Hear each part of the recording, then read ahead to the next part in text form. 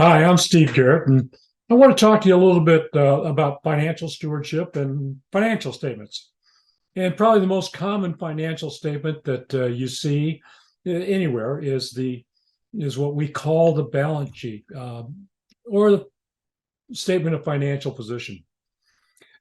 People on the board of directors who are familiar with different financial statements are probably familiar with a balance sheet, and that's the for-profit world. If you took an accounting class in college or even in high school, you probably know the term balance sheet, and you may not know the term the statement of financial positions, and it's a terminology difference.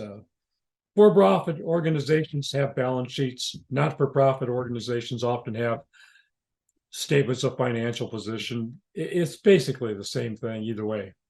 It's not that the numbers are counted differently.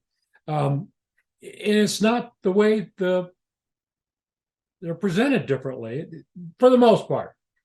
There are a few differences between for-profit and nonprofits.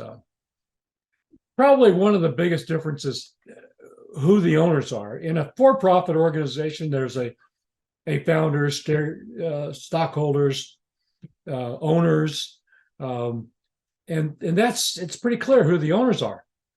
In the not-for-profit world, it's different because the not-for-profit world is basically created as public benefit corporations, and the difference is that the owners are the stakeholders, and it's the community at large.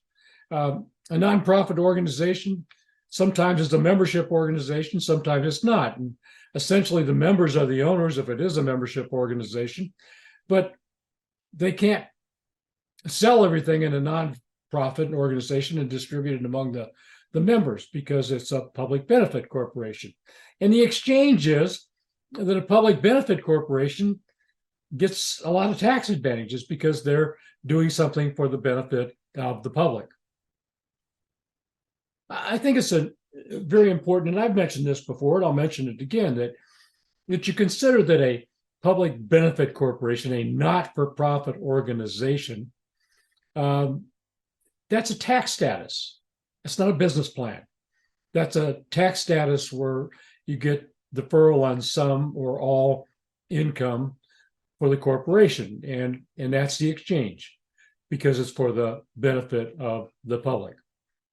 Now, when you go to read a financial statement, contrary to the way most people do it, which is to start on the front page, I think it's important to start with the notes to the financial statement. And it's kind of unfortunate that an awful lot of small organizations that have a treasurer who's a volunteer who prepares the financial statements, they don't put in notes. But the notes is where you explain what brought you to the way you report the income.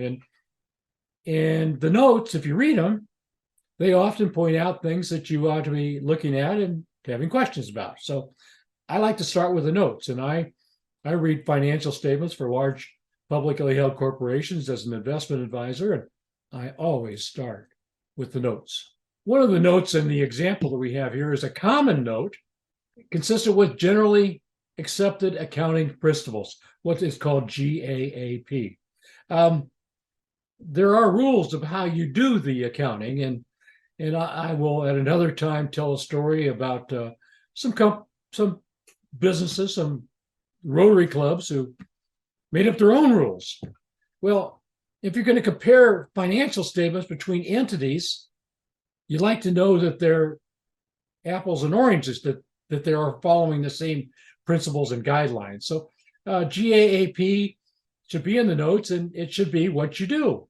Another difference is, and maybe your Rotary Club or your business or your not-for-profit is too small for this, but it's to show the difference between restricted and non-restricted assets. And if you do a fundraiser and you say this fundraiser is to benefit this organization, then those assets that came out of that fundraiser are restricted.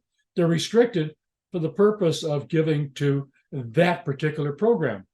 On the other hand, there's a lot of assets, there are a lot of things on your balance sheet that came to you as dues or general fundraisers or whatever that are not restricted, but you need to designate the difference between the two. When you're looking at the financial statement, how do you know what you're looking for? What are you looking to analyze? Well, the number one thing I think is the debt to equity. In other words, your assets have got some amount of value, and they're all added up, and it's called the total assets. And organization also has some amount of obligations, and you add all those up, and they're the total debt. Liabilities.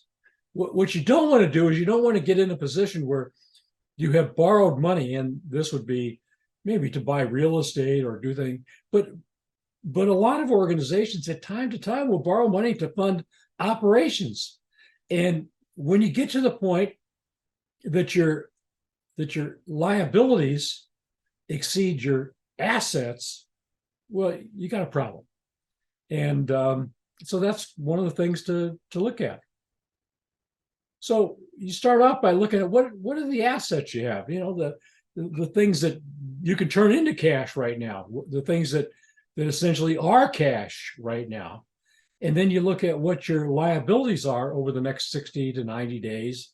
Do you have enough cash to cover that? More than one organization has filed for reorganization bankruptcy, not because they've got more liabilities than assets, but because they've got more current liabilities than they have current assets. Another thing that's good on financial statements, not everybody does this, but on balance sheets, is a comparison of this year's assets totals and last year's assets totals, this year's liabilities totals and last year's assets liabilities. And the historic part of that is helpful to those who are in charge of governance. And in fact, some organizations, and Rotary clubs are not immune to this, but some organizations show these trends over a 3 to 5 year period of time, not just year to year. And that's an excellent thing for the people who are involved in governance. So what is the job? What is the job of the board of directors when they're looking at financial statements, especially balance sheets and statement of current financial position? But what is your job? Your job is to ask questions.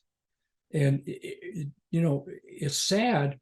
I know this is true. A lot of times, members of the board of directors don't really understand the financial statements, and they don't want anybody to know that they don't understand it. So they just say, yeah, I accept that, no problem.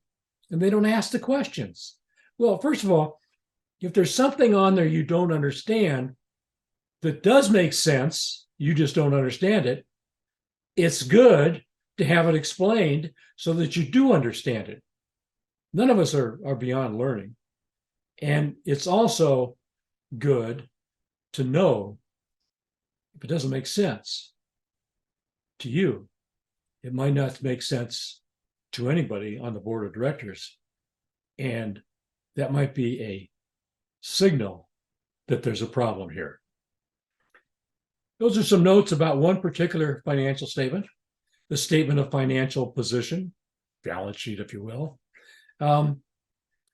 It's important that you understand these things, especially since you are the governing authority as the board of directors, and financial statements are one of the primary tools for governing. I'm Steve Garrett. Thank you for listening to what I have to say.